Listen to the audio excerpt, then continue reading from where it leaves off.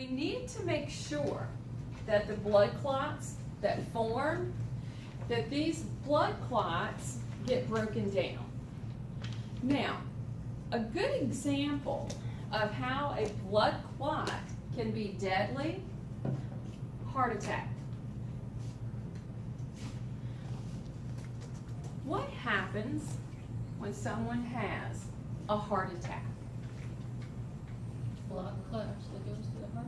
It goes to the heart, the vessels of the heart, and then when that heart attack occurs, okay, basically the tissue on that area of the heart where the clot was, that tissue dies. Wait a minute. Do y'all want tissue of your heart dying? I don't want none of them cells dying. I mean, well, you know, hey, if it's going to happen, it's going to happen. I mean, I'm just saying, you know, let it happen quick. Okay, don't make it long and drawn out. Just saying. Now, in that case, when we have that blood clot like that form, we can actually mimic this process. If caught in time, a person who has the heart attack, they can be given a substance that will be introduced into that clot, and it will act like this dissolution to break down that clot and return the blood flow. Because that's the overall goal, right? Okay? They want to break down that clot. The body has natural ways that when the clot process begins to occur, to keep unwanted clotting, because if this is my vessel and the breach occurred right here, I don't want clotting taking place here, and I don't want clotting taking place here. I only want it right here where the breach occurred. So up and downstream, y'all know what I mean by that, right? Up and downstream. So up and downstream, okay, the way that we keep it from clotting all over the place, well, remember, we have the prostacyclin. So on the vessel on these ends that's not, you know, broken, they don't have anything to adhere to for the platelets.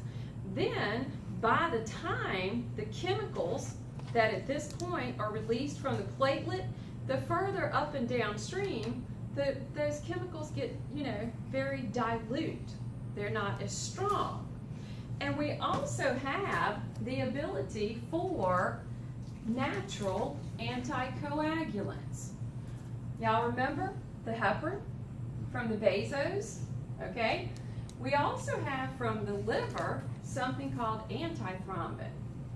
So that when thrombin begins to get activated, the liver can deactivate it to try to keep stuff up and downstream from getting to be a problem.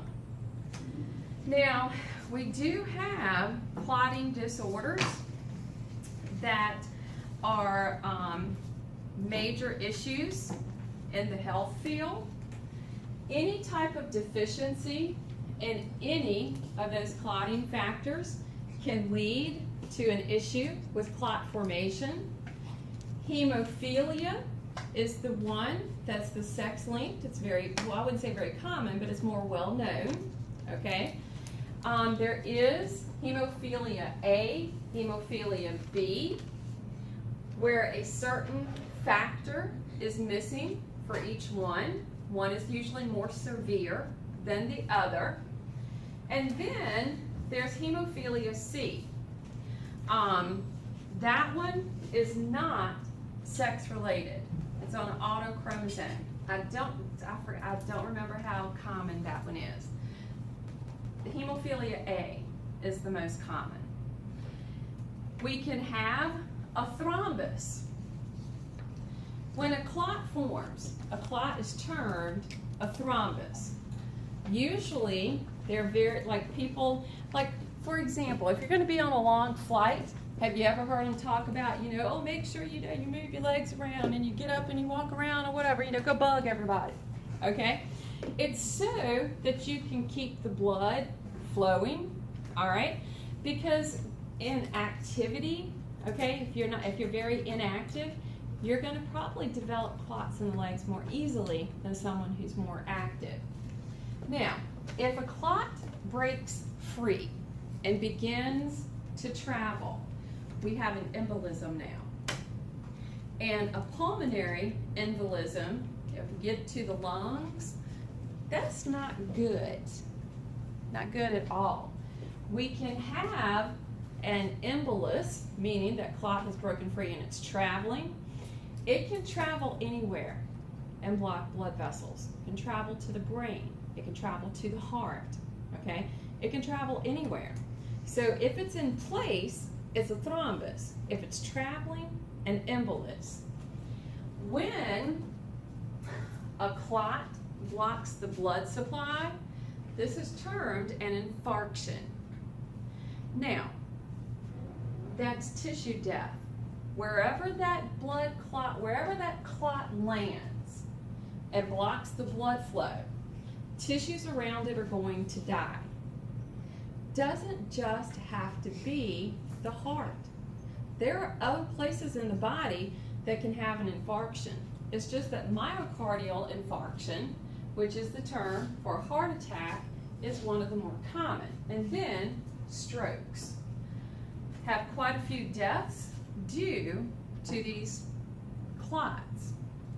Our goal, of course, prevent them. Some of these dietary concerns, vitamin K is a huge concern because vitamin K is required for the formation. However, depending upon what may or may not have caused the clot, it might have to be acted against. So there are medications that they can give people to act against the clots to try to dissolve them. Aspirin is going to suppress one of those chemicals released by the platelets, okay? One of the thromboxanes. We have found that some other stuff begins to affect the blood clotting. For example, leeches, okay? They're beginning to actually come back into medical use. They're really kind of cool, trust me on that, okay? Snake venom. You know, that just begins to break apart the tissue because when a snake that is a viper bites something, it's to dissolve everything in that organism so they can swallow it easily. And that's what happens if you get bit by a viper. It begins to dissolve everything around it. And you don't want it traveling in blood that much. This right here, they can give to people who've had the heart attack and try to dissolve the clot. Now, TPA, that is only used in extreme circumstances, okay?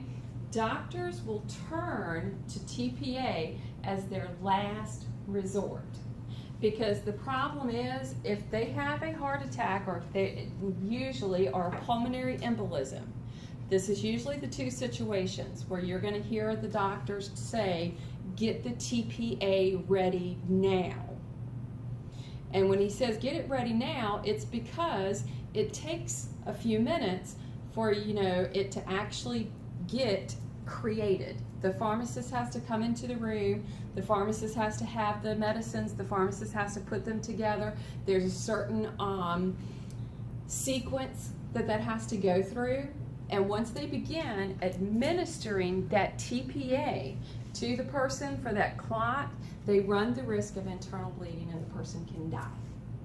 So the TPA might break apart the clot in the lung or around the heart, but at the same time it could kill them. So it's a last resort that's usually looked at. Hematin, this is one that's under study because of the abilities for it to break apart clots. I know there are cases where it's been used, okay, but usually the streptokinase is a big one that gets used for breaking apart the clots. That officially ends this chapter. So, in the case of the thrombus, you said it's stationary and